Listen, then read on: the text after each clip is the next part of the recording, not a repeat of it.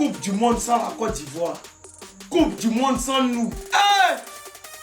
Donc c'est bon, c'est facile. Faut pas les ramener. Tu démarres le moteur, tu chauffes le moteur. Tu appuies l'accélérateur bien. Il faut pas prendre embrayage. d'Ivoire.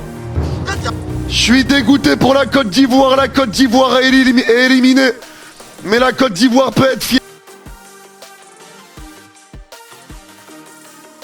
Coupe du monde sans la Côte d'Ivoire. Coupe du monde sans nous. Hey! Donc c'est bon, on serait éliminé facilement. C'est facile, on nous a éliminés chouette dans le silence. Fire Mess, tu as Sangaré qui est fatigué. Il est bolo, il est fait, il est fatigué, tu le vois, mais il joue. Il n'a occupé prendre ballon pour aller devant, tu le fais sortir. On nous a éliminés tranquillement. Puis dans notre pays, il ne savait même pas qu'il allait. Il y a comme on laisse ouverture. Bêtement qu'on est éliminé. Bêtement. Il n'a rien à dire. Il n'a rien à dire. C'est fini. C'est fini. Amad Diallo a tout fait. Amad a tout fait. On vient gâter. Le milieu est lourd. C'est... Que de regrets. Tellement de regrets pour la Côte d'Ivoire. Il y avait tellement la place pour aller chercher autre chose. La Côte d'Ivoire qui dans ce match a été longtemps supérieure à cette équipe de la Norvège. La Côte d'Ivoire qui proposait plus de jeux, qui était plus présent. Il y avait un manque de finition en première période. Un manque de précision dans le dernier geste des situations. Au final, ils encaissent un but extraordinaire venu d'un autre monde de la part de Noussa. Faé réagit, fait des changements, ça lui donne raison avec le but d'Amad Diallo. Et puis après ce but, je sais pas ce qui s'est passé. La Côte d'Ivoire a commencé à reculer. Alors qu'ils étaient dans un vrai temps fort. C'était le moment pour aller achever cette équipe de la Norvège. Et je ne sais pas pourquoi la Côte d'Ivoire a reculé de 30 mètres. La Côte d'Ivoire a arrêté de jouer de la même manière que lorsqu'elle courait après le score ou même lorsqu'elle était à 0-0.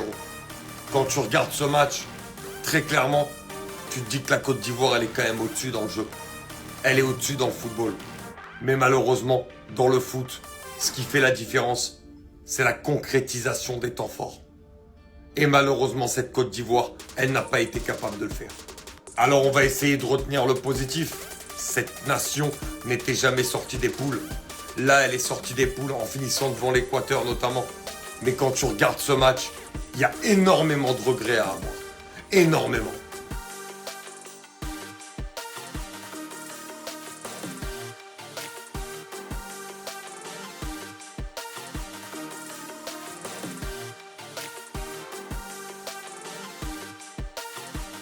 Et c'est terminé.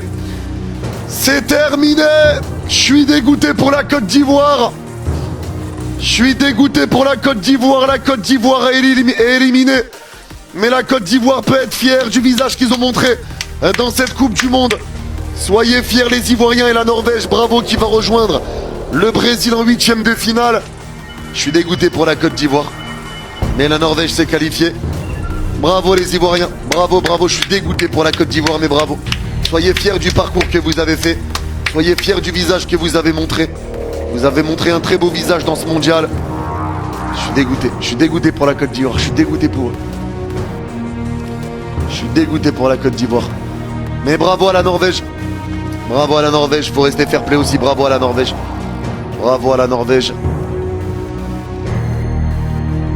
La Norvège rejoint les 8e de finale de cette Coupe du Monde. Je suis vraiment dégoûté pour la Côte d'Ivoire, mais vraiment dégoûté.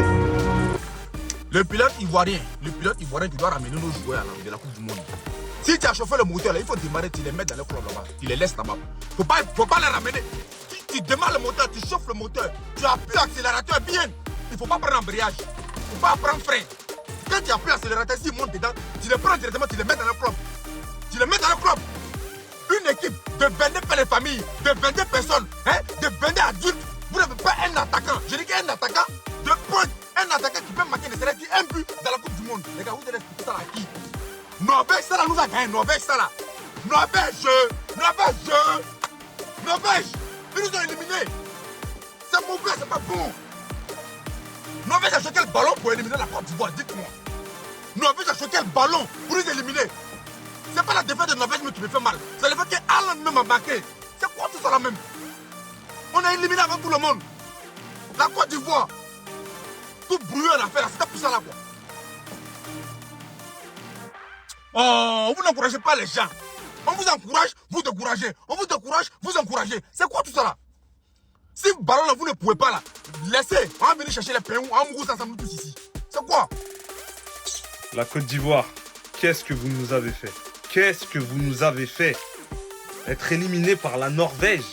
Sérieusement?